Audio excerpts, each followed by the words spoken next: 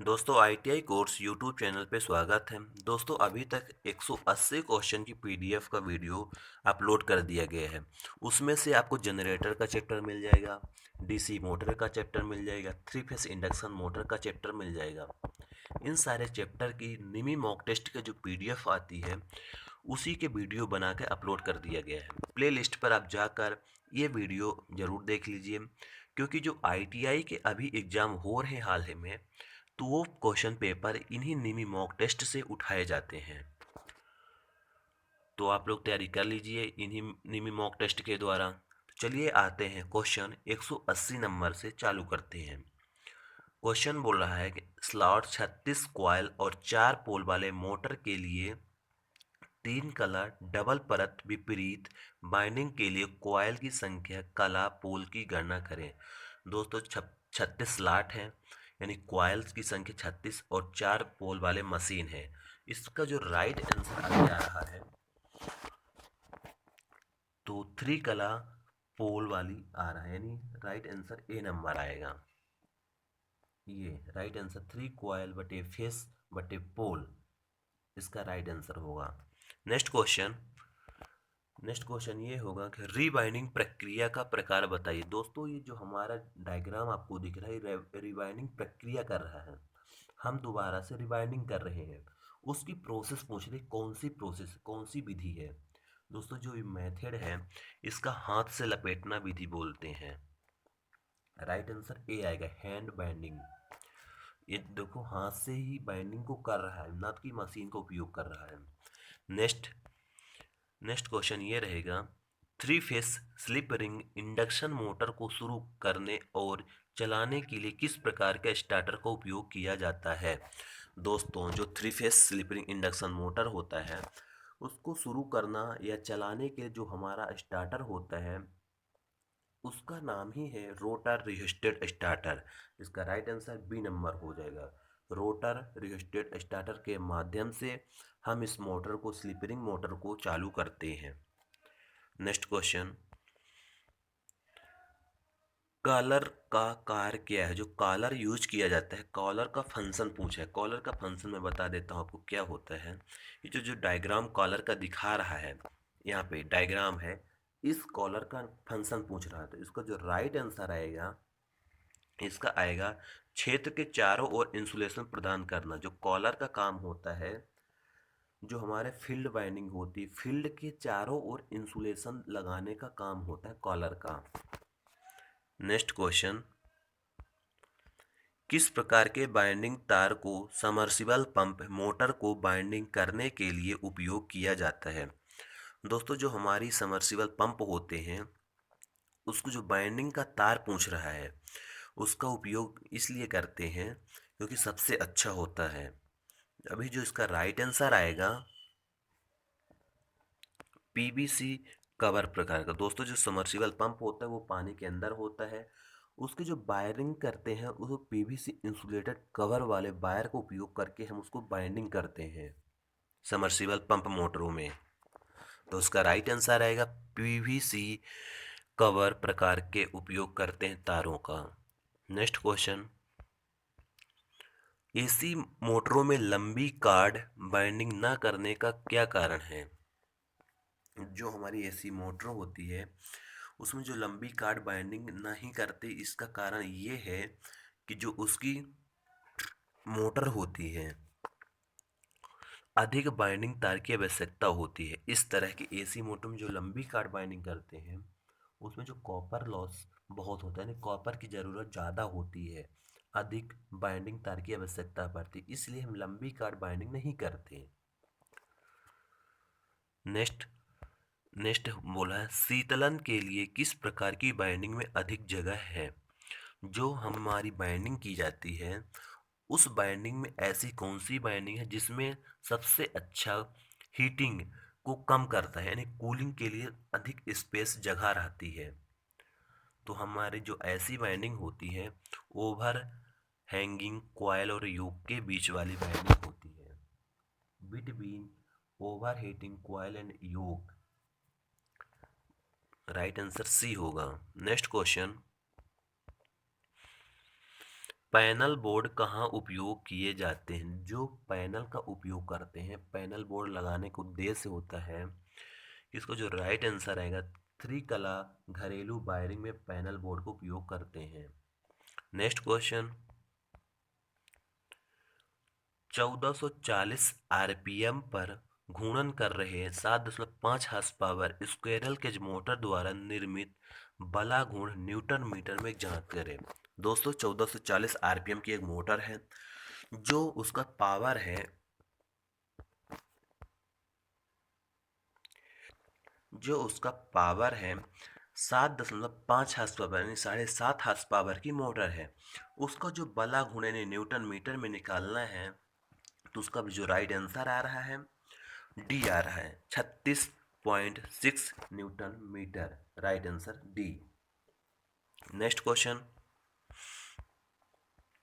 Rotary switch के किस प्रकार के डिजाइन का सचित्र वर्णन किया गया है?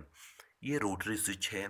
रोटरी स्विच जो का डिजाइन दिया गया है, इसका चित्र का वर्णन जो किया गया है, इसका नाम पूछ रहा है।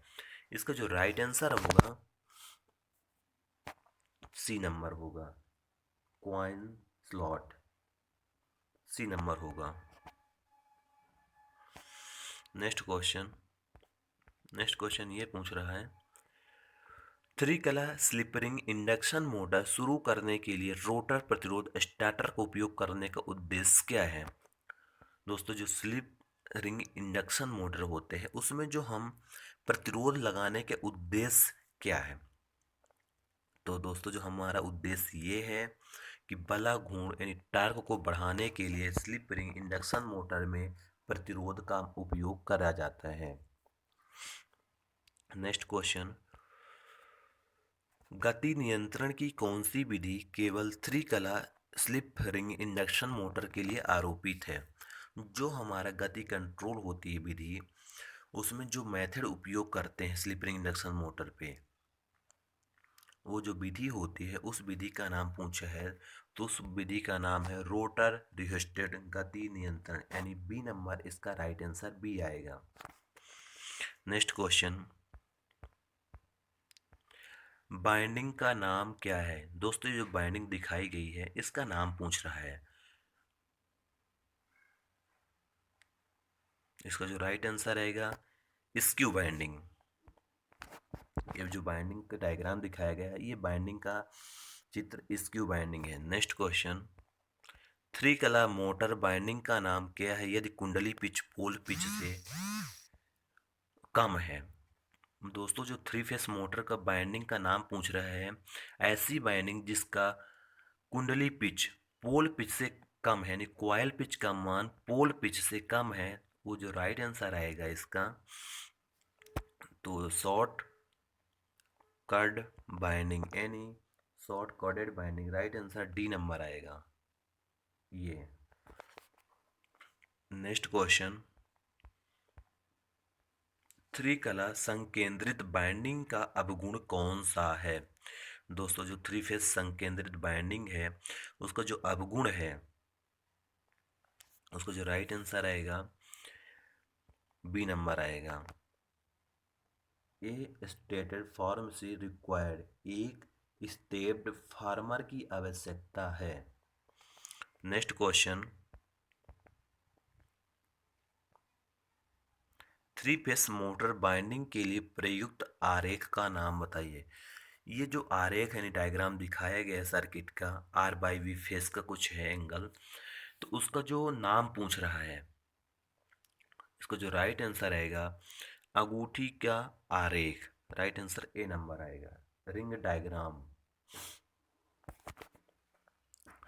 नेक्स्ट क्वेश्चन, त्रिकला 36 slot 12 coil 4 pole stator binding के लिए स्लॉट के संदर्भ में कला विस्थापन की गणना करें। तो इसको जो राइट आंसर अभी आएगा, इसका जो राइट आंसर 6 स्लॉट आएगा।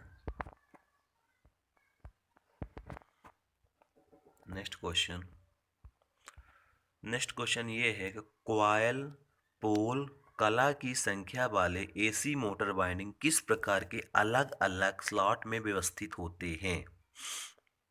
इसका जो राइट आंसर आएगा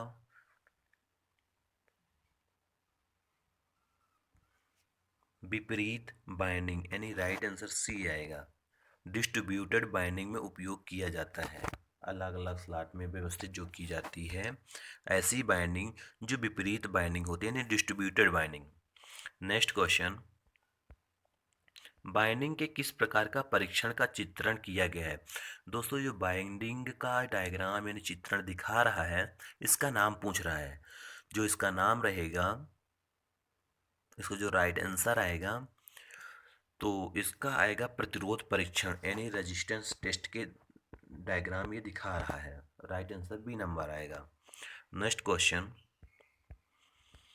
सर्किट में रोटर सर्किट नहीं स्टार्टिंग में रोटर सर्किट में बाहरी प्रतिरोध को three phase slip ring induction motor starter के माध्यम से क्यों शामिल किया जाता है? जो स्टार्टिंग में हमारा रोटर सर्किट में बाहरी प्रतिरोध जो लगाने का उद्देश्य है स्लिप रिंग इंडक्शन मोटर में, तो क्यों शामिल करते हैं उसका कारण पूछ रहा है। इसका जो राइट आंसर आएगा उच्च प्रारंभिक बलागुण प्राप्त करने के लिए पूछा जाता है, यानी लगाया जाता है। नेक्स्ट क्वेश्चन,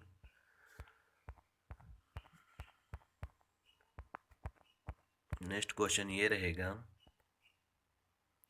यदि स्लिप रिंग इंडक्शन मोटर में रोटर बाइंडिंग खुले परिपथ में स्टार्टिंग किया जाता है तो मोटर का प्रभाव क्या होगा? दोस्तों यदि स्लिप रिंग इंडक्शन मोटर में जो रोटर के बाइंडिंग है खुले सर्किट में स्टार्ट करना है तो उसके कारण जो हमारे हानियां होगी उस हानियां का नाम है, ये धीमी गति से चलती है, रन एट स्लो स्पीड। यदि हमारे स्लिप रिंग इंडक्शन मोटर के रोटर बाइंडिंग खुल गए हैं तो उसमें जो परिपथ है उसका धीमी गति से चलेगा मोटर। नेक्स्ट क्वेश्चन, यदि एक कला चलने के दौरान विफल हो जाता है तो थ्री कला प्रेरण मोटर क्या होता है? दोस्तों यदि मोटर हमारी चल रही है उसमें से एक फेस कट गया है या एक फेस सप्लाई नहीं आ रही है तो उस समय क्या होगा, मोटर धीरे चलती है, आखिरकार जल जाती है। इसका जो राइट आंसर आएगा सी नंबर आएगा। नेक्स्ट क्वेश्चन, लोड के साथ चलने के दौरान एक कला कट ऑफ होने पर थ्री कला इंडक्शन मोटर पर क्या प्रभाव पड़ता है? दोस्तों जो हमारी मोटर लोड के साथ चल रही है एक फेस कट ऑफ यानी बंद हो जाती है तो थ्री फेस इंडक्शन मोटर पे जो प्रभाव पड़ता है वो पूछ रहा है। जो प्रभाव पड़ेगा तो उसका प्रभाव ये रहेगा कि जो मोटर धीमी गति से चलेगी लेकिन थोड़ी ही देर में बाइंडिंग जल जाएगी। दोस्तों क्या हो जाता है कि हमारी मोटर दो फेस में चलने लगती है, दो फेस में बहुत टाइम तक मोटर नहीं चल पाएगी जिसके कारण मोटर की बाइंडिंग जल जाती है। नेक्स्ट क्वेश्चन, एकल कलाबद्ध प्रिवेंटर के साथ स्टार्टर चालू नहीं होने पर क्या दोष है? दोस्तों जो हमारे एक कला नहीं आ रहा जिसके कारण हमारा स्टार्टर नहीं चालू कर पा रहा है, इसका कारण ये होता है कि जो हमारा मोटर पर गलत टर्मिनल संयोजन है। हमारे यदि हम मोटर पर कनेक्शन का गलत टर्मिनल कर देंगे तो उस टाइम पे हमारा स्टार्टर का मोटर नहीं चला पाएगा। नेक्स्ट क्वेश्चन, लोड होने पर AC three phase induction motor में कम गति पर चलने में दोष क्या होते हैं? लोड जब होता है AC three phase induction motor में जो कम गति पर चलता है उसका दोष ये होता है कि स्टेटर बाइंडिंग में आंशिक रूप से शॉर्ट सर्किट हो गया है। हमारी जो स्टेटर बाइंडिंग होती है उसमें शॉर्ट सर्किट हो जाने के कारण ही मोटर में कम गति पर चलना चालू हो जाता है। नेक्स्ट क्वेश्चन, कौन सी दोष स्थिति में थर्मल अधिभार रिले एसी प्रेरण मोटर की रक्षा करती है? ऐसा कौन सा दोष है जिसमें हमारा जो थर्मल ओवरलोड रिले होती है तो एसी मोटर की रक्षा करती है? तो दोस्तों इसका जो राइट आंसर होगा सी नंबर होगा, अतिधारा यानी ओवर करेंट। नेक्स्ट क्वेश्चन, यदि त्रिकला इंडक्शन मोटर की रोटर तुल्यकालिक गति को प्राप्त कर लेती है तो रोटर क्या होता है? जो इसका राइट आंसर आएगा डी नंबर आएगा, रोटर बार क्षतिग्रस्त हो जाते हैं। नेक्स्ट क्वेश्चन, इंडक्शन मोटर के रोटर में खुले सर्किट का क्या प्रभाव पड़ता है? जो हमारा इंडक्शन मोटर होता है उसके जो रोटर में खुले सर्किट हो जाता है उस टाइम पे क्या प्रभाव पड़ता है जब हमारी सर्किट ओपन हो जाती है? इसका जो राइट आंसर अभी आएगा, इसका जो राइट आंसर आएगा, मोटर बहुत कम गति से चलती है। यदि उसके इंडक्शन मोटर के सर्किट खुल जाते हैं, पॉइंट खुल जाते हैं, तो उस टाइम पे मोटर बहुत कम गति से चलेगी। नेक्स्ट क्वेश्चन, मोटर के कुछ समय चलने के बाद फ्यूज के लगातार उड़ने का क्या कारण है?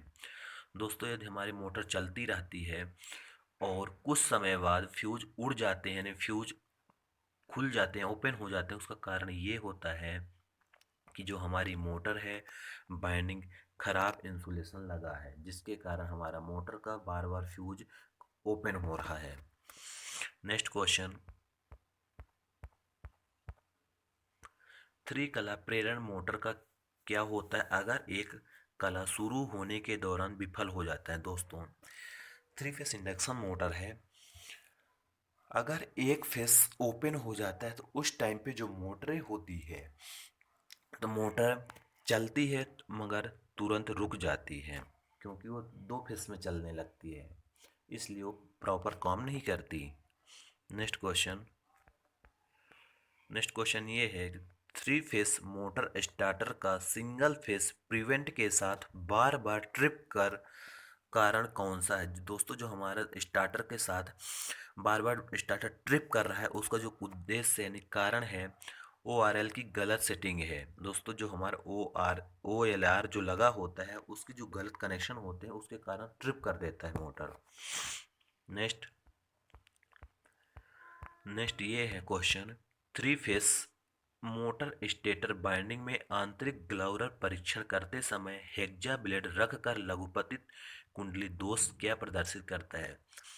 दोस्तों, जो थ्री फेस इंडक्शन मोटर की हम रोटर यानी स्टेटर बाइंडिंग में जो हम ग्राउलर टेस्टिंग करते हैं तो उसमें एक हम ब्लेड रखते हैं, हेक्जा ब्लेड, जिसके कारण वो कंपन करती है। तो इससे ये प्रदर्शित होता है, ये जानते हैं कि हेक्जा ब्लेड को तेजी से कंपन करना लघुपतित दोष प्रदर्शित करता है। नहीं, जब हमारी हेक्जा ब्लेड कंपन करती है तो हमें ये पता चलता है कि हमारा स्टेटर वाइंडिंग शॉर्ट सर्किट है।